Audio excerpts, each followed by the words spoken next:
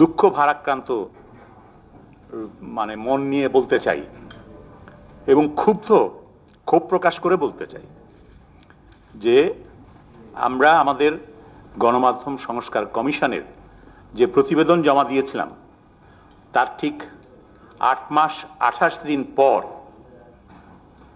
যেই ভবনে আমি চাকরি করি এখন সেই ভবনে আগুন লাগানো হয়েছিল এবং সেখানে ২৮ জন সাংবাদিক কর্মী পুড়িয়ে মারার চেষ্টা হয়েছিল। তাদের দমকল বাহিনী তাদের উদ্ধার করতে যাবে, বাধা দেওয়া হয়েছে, না উদ্ধার করতে যাওয়া যাবে না। যখন ২৮ জনের মধ্যে একজনকে নামিয়ে এনেছে, তাকে যেই পরিমাণে হেনস্থা করা হয়েছে এবং মারধর করার চেষ্টা করা হয়েছে, সেটা থেকে বোঝা যায় যে বাকি ২৭ জন যদি কোনোভাবে নিচে নেমে আসতে পারতেন তাহলে তাদের কজন জীবিত থাকতেন সেটা সন্দেহ আছে। ওই দিন আমি ওই ভবনে ছিলাম না, কারণ রাত অনেক বেশি ছিল। রাতের শিফটে ওই রাত পর্যন্ত আমি থাকি না সাধারণত, সেই কারণে। কিন্তু যদি ঘটনাটা কয়েক ঘন্টা আগে হতো তাহলে আমাকেও ওই পরিণতির মধ্যেই পড়তে হতো। এবং সারা রাত আমি যতগুলো টেলিফোন করেছি, বর্তমানে যিনি তথ্য উপদেষ্টা তিনি বাংলাদেশ ব্রডকাস্ট জার্নালিস্ট সেন্টারের অনুষ্ঠানে প্রকাশ্যেই বলেছেন যে আমার সাথে তার সারা রাত কথা হয়েছে, বহুবার টেলিফোনে কথা হয়েছে।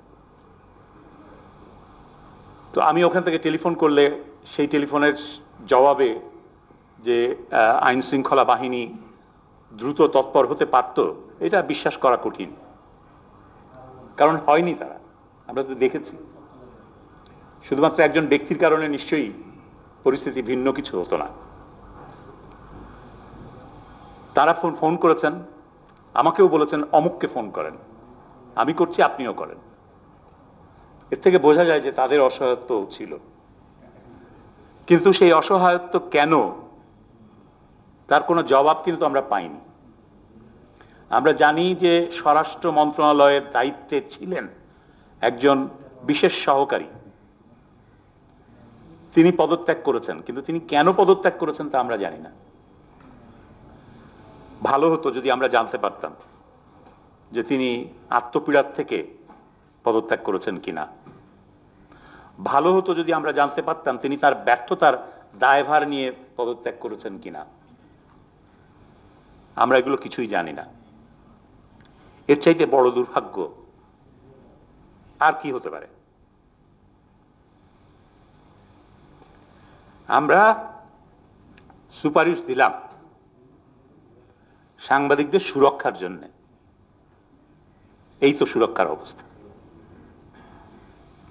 এইখানে আজ থেকে 5 মাস আগে তথ্য উপদেষ্টা বললেন আর কিছু না হোক সাংবাদিকতার সুরক্ষা আইনটা উনি করবেন। সেটা হলে এই আক্রমণ হতে পারত, বা আক্রমণ করলেও সেই আক্রমণ ঠেকানোর জন্যে বাধ্য থাকতেন ওই সেদিন যার নিরাপত্তা কর্মকর্তারা সেখানে ডিউটিতে ছিলেন বা ওই এলাকা যাদের এখতিয়ারভুক্ত। কারণ তারা যদি ওই দায়িত্বে ব্যর্থ হতেন তাহলে তাদেরকে বিচারের সম্মুখীন হতে হতো, কিন্তু আইনটা করা হয়নি।